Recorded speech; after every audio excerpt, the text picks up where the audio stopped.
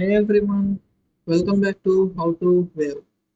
If voice chat isn't working in Marvel Rivals on PC, here's how to fix it step by step.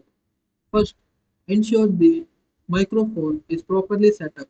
Go to Settings, Sound Settings in Windows and select your microphone under Input Device section. Test the microphone to ensure it's picking up sound.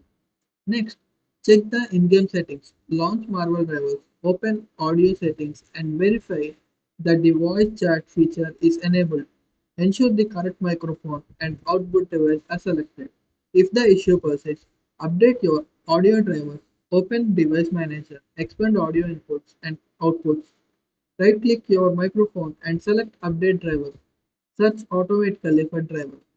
Finally, check for app permissions, go to Settings, Privacy and Security, then Microphone, and ensure Marvel drivers have access to your microphone.